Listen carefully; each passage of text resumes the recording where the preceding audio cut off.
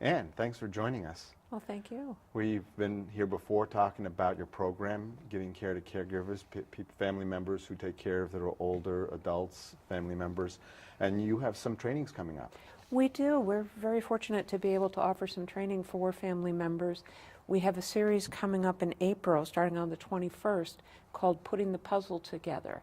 And it's a 4-part series for people who are either helping someone else or thinking ahead to the future, helping somebody else. And we have a geriatrician come talk about health issues that we tend to run into as we get older. We talk about community resources, what are some options as far as living situations people might choose. We have an elder law attorney come and talk about legal and financial things that become relevant as we get older. And then we talk about how do you engage family members, how do you take care of yourself while you're helping somebody else. There's no cost for the series, but people do need to pre-register because we have a limited amount of space. It seems to me that sometimes people, from maybe in my own experience, get into a situation where they didn't expect to be in that, or they don't expect to be in it, and suddenly they want this information. How would people out there know that this kind of training is for them, even though they may not? What are the signs? What are the things that they're looking for? Well, I always say somebody's a caregiver if they're spending some time and energy on behalf of somebody else. Whether it's that I'm running to the post office for somebody or that I'm providing personal care.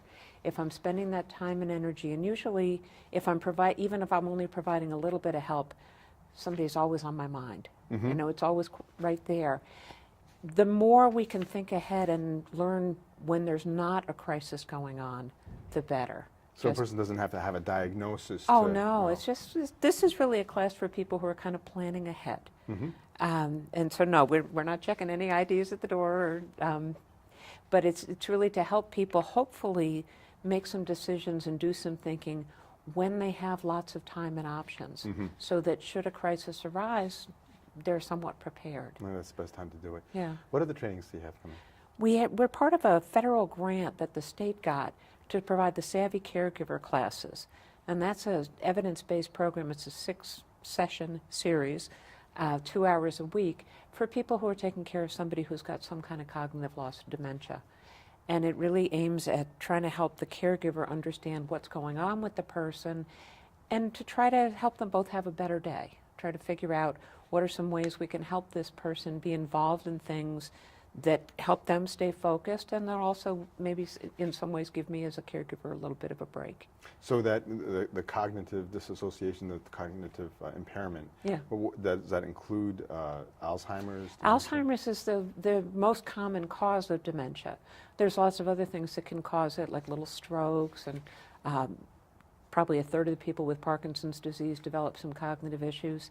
This class really looks at all the various causes, thinking more in terms of how does this affect how the person gets through their day, and what can we do differently to try to make that work better. I imagine one of the biggest challenges in that is your own mental health, in a way.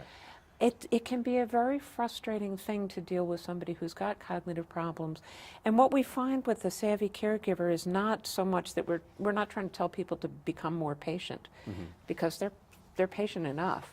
But what people seem to find is that when I understand better what's going on with this person and I have some strategies, I don't feel so frustrated.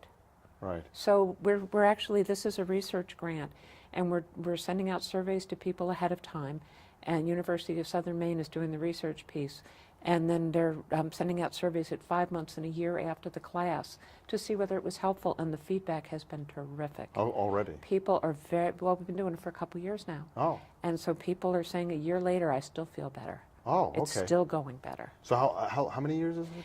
We're in the third year of a 3-year grant and the first year of a second 3-year grant. Oh, wow.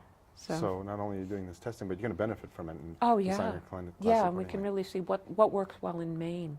So if any caregivers are out there, anybody thinks that they might want these classes or any other classes, how do they contact you, or how do they get more information?